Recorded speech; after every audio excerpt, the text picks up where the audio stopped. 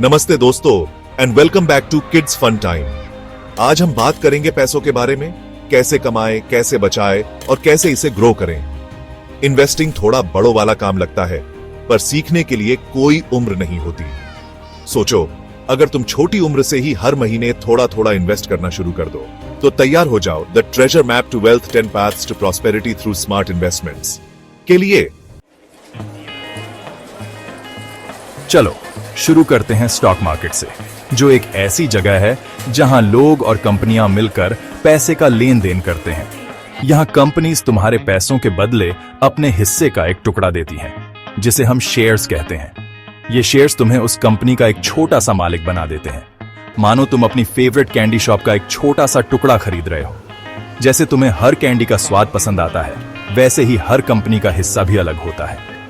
अब तुम individual stocks खरीद सकते हो, जैसे अपनी मनपसंद कैंडीज चुनना। हर स्टॉक का अपना एक अलग स्वाद और वैल्यू होती है, लेकिन एक बात याद रखना, जैसे तुम सारे पैसे एक ही कैंडी पर नहीं लगाओगे, वैसे ही स्टॉक मार्केट में भी सारे अंडे एक ही टोकरी में नहीं रखने चाहिए। डाइवर्सिफिकेशन बहुत जरूरी है। यहीं पर ETFs काम आते हैं। ये तुम्हें एक ही बार में कई स्टॉक्स में इन्वेस्ट करने का मौका देते हैं। ETFs या एक्सचेंज ट्रेडेड फंड्स कैंडीज के वैरायटी पैक्स जैसे होते हैं। ये तुम्हें हर चीज का स्वाद देते हैं। इससे तुम्हारा रिस्क भी कम हो जाता है। ऐसी कंपनीज में इन्वेस्ट करना जो अच्छी चल रही हैं, जैसे तुम्हारे फेवरेट टॉयज या गेम्स बनाने वाली, एक अच्छी स्ट्रैटेजी हो सकती है। इससे तुम्हें लॉन्ग टर्म में अच्छा रिटर्न मिल सकता है। लेकिन याद रखना, स्टॉक मार्केट थोड़ा रोलर कोस्टर जैसा होता है, ऊपर नीचे होता रहता है। इसलिए धैर्य रखना और सोच समझकर निवेश करना बहुत जरूरी है। अब बात करते हैं रियल एस्टेट की, यानी जमीन और उस पर बनी हुई चीजें। ये सिर्फ घर नहीं, बल्कि एक पूरी दुनिया है जो हमारे चारों ओर है। तुम सोच रहे होगे, रियल एस्टेट ये क्या होता है? अभी तो मेरे पास कैंडी खरीदने के ही पैसे हैं। लेकिन सोचो, अगर तुम्हारे पास एक घर हो तो वो कितना अच्छा होगा। और तुम सही हो, पूरी प्रॉपर्टी खरीदना एक बड़ा स्टेप होता है, जो यूजुअली बड़े लोग लेते हैं। लेकिन ये भी सच है कि हर किसी का सपना होता है कि उसका खुद का एक घर हो। लेकिन इसका मतलब ये नहीं कि तुम इसके बारे में सीख नहीं सकते। रियल एस्टेट के बारे में जानना और समझना बहुत जरूरी है। रियल एस्टेट अच्छी चीज है क्योंकि ये दिखती और छुई जा सकती है। ये एक टैंजिबल एसेट है जिसे हम महसूस कर सकते हैं, और इसकी कीमत टाइम के साथ बढ़ती रहती है। जैसे जैसे समय बीतता है, इसकी वैल्यू बढ़ती जाती है। ऐसे समझो, तुम्हारा घर भी एक इन्वेस्टमेंट है। ये एक ऐसी चीज है जो तुम्हारे भविष्य को सुरक्षित कर सकती है। तुम्हारी फैमिली मॉर्गेज पे कर रही है, मतलब धीरे धीरे पूरा घर खरीद रही है, एक एक ईंट करके। ये एक लंबी प्रक्रिया है, लेकिन अंत में बहुत फायदेमंद होती है। और अगर तुम्हें सच में रियल एस्टेट में इंटरेस्ट है, तो तुम छोटे से शुरू कर सकते हो। एक छोटे से प्रॉपर्टी में इन्वेस्ट करके तुम धीरे धीरे इस फील्ड में आगे बढ़ सकते हो। अब म्यूचुअल फंड्स की दुनिया में चलते हैं। सोचो, तुम और तुम्हारे दोस्त मिलकर अपने पैसे जोड़ते हो और कुछ बढ़िया खरीदते हो, जैसे एक super fast go kart. Mutual funds भी कुछ ऐसे ही काम करते हैं। तुम बेसिकली दूसरे इन्वेस्टर्स के साथ मिलकर स्टॉक्स, बॉन्ड्स या दूसरी एसेट्स में इन्वेस्ट करते हो। ये ऐसा है जैसे फाइनेंशियल मार्केट के बफेट में हर चीज का टेस्ट करो, बिना हर चीज खुद चुने। म्यूचुअल फंड्स की अच्छी बात ये है कि इन्हें प्रोफेशनल्स मैनेज करते हैं। मानो तुम्हारे पास एक फाइनेंशियल कोच हो, वो सारी रिसर्च करते हैं और तुम्हारे लिए डिसीजंस लेते हैं। ऐसे फंड्स ढूंढो जो तुम्हारे गोल्स और रिस्क टॉलरेंस के हिसाब से सही हो। चैप्टर 4 बॉन्ड्स, मजबूती की निशानी। अब बात करते हैं बॉन्ड्स की, जो स्टॉक्स के स्टेबल और प्रिडिक्टेबल कजिन्स हैं। बॉन्ड्स एक ऐसा फाइनेंशियल इंस्ट्रूमेंट है जो इन्वेस्टर्स को एक स्टेडी और रिलायबल इनकम स्ट्रीम प्रदान करता है। बॉन्ड्स ऐसे समझो जैसे गवर्नमेंट या किसी कंपनी को पैसे उधार देना। जब आप बॉन्ड्स खरीदते हैं, तो आप एसेंशियली उस एंटिटी को लोन दे रहे होते हैं। बदले में वो तुम्हें इंटरेस्ट के साथ पैसे वापस करने का वादा करते हैं, जैसे अपने दोस्त को फेवरेट टॉय उधार देने पर पैसे मिलना। यह इंटरेस्ट एक फिक्स्ड रेट पर होता है, जो इन्वेस्टर्स को एक प्रेडिक्टेबल रिटर्न देता है। बॉन्ड्स जनरली स्टॉक से लेस रिस्की माने जाते हैं, इसलिए ये उन लोगों के लिए अच्छे हैं जो इन्वेस्टमेंट रोलर कोस्टर में स्मूथ राइड चाहते हैं। यह उन इन्वेस्टर्स के लिए परफेक्ट है जो अपने पोर्टफोलियो में स्टेबिलिटी और सिक्योरिटी चाहते हैं। ये रेस में स्लो एंड स्टेडी टॉर्टोइस जैसे होते हैं। जो टाइम के साथ कंसिस्टेंट रिटर्न्स देते हैं। बॉन्ड्स का मेन एडवांटेज यह है कि यह मार्केट वॉलेटिलिटी से कम प्रभावित होते हैं। गवर्नमेंट बॉन्ड्स सबसे सेफ माने जाते हैं, जबकि कॉर्पोरेट बॉन्ड्स ज्यादा रिटर्न्स दे सकते हैं, लेकिन उनमें रिस्क भी ज्यादा होता है। इसलिए इन्वेस्टर्स को अपने रिस्क टॉलरेंस और फाइनेंशियल गोल्स के आधार पर बॉन्ड्स का चुनाव करना चाहिए। Chapter 5 dividend paying stocks regular कमाई का रास्ता।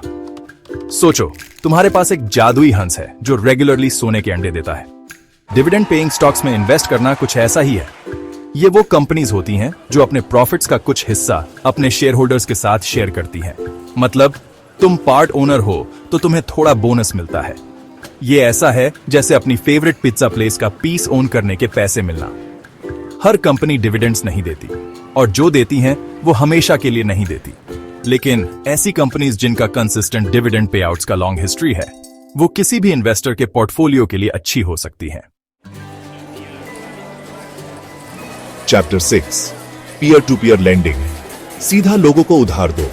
मान लो तुम्हारा दोस्त नया वीडियो गेम खरीदना चाहता है, लेकिन उसके पास पैसे कम हैं।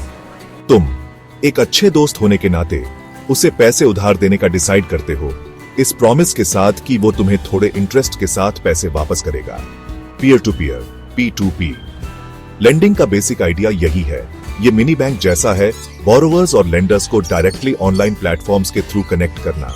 P2P lending traditional savings accounts के मुकाबले ज्यादा इंटरेस्ट रेट्स कमाने का अच्छा तरीका हो सकता है, लेकिन ये याद रखना इंपॉर्टेंट है कि पैसे उधार देने में हमेशा रिस्क होता है कि बोरोवर पैसे वापस नहीं कर पाए। क्रिप्टो करेंसी डिजिटल जमाने का सोना। बिटकॉइन और इथीरियम जैसी क्रिप्टो करेंसीज डिजिटल करेंसीज हैं जो पूरी दुनिया में धूम मचा रही हैं। ये वर्चुअल गोल्ड कॉइन्स जैसे हैं जिनसे तुम ऑनलाइन चीजें खरीद और बेच सकते हो।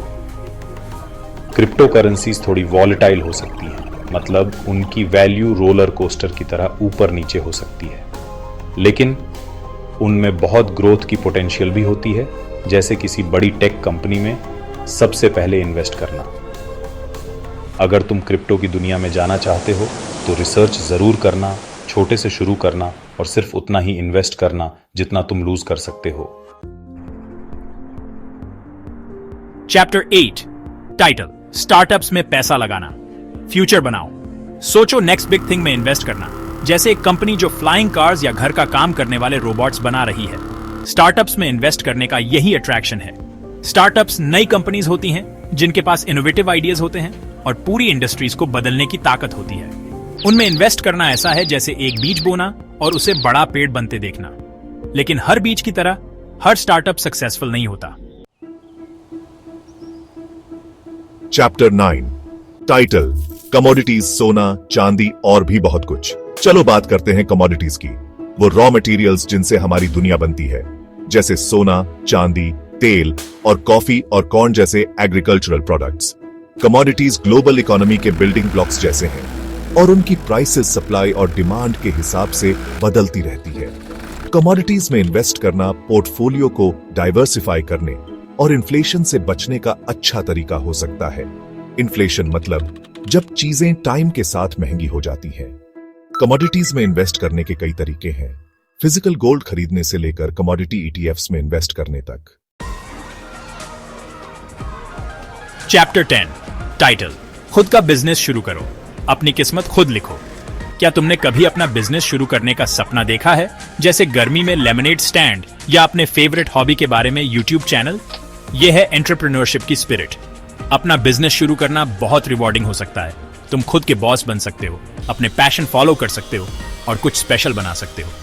और अगर तुम अभी बिजनेस शुरू करने के लिए रेडी नहीं हो तो भी तुम वैल्यूएबल एंटरप्रेन्योरियल स्किल्स सीख सकते हो, स्कूल क्लब्स में पार्टिसिपेट करके, कम्युनिटी में वॉलंटियर करके या एवरीडे प्रॉब्लम्स के क्रिएटिव सॉल्यूशंस सोचकर। आउटरो टाइटल दौलत बनाने के लिए तैयार। तो लो दोस्तों, ये हैं स्मार्ट इन्वेस्टमेंट्स के थ्रू प्रॉस्पेरिटी के 10 रास्ते। याद रखना, दौलत बनाना एक जर्नी है, रेस नहीं।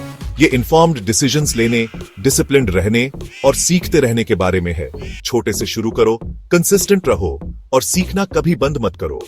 अगर तुम्हें इन्वेस्टमेंट्स की दुनिया का ये सफर पसंद आया तो इस वीडियो को थम्स अप देना, अपने दोस्तों के साथ शेयर करना और किड्स फन टाइम को सब्सक्राइब करना और भी ऑसम कंटेंट के लिए।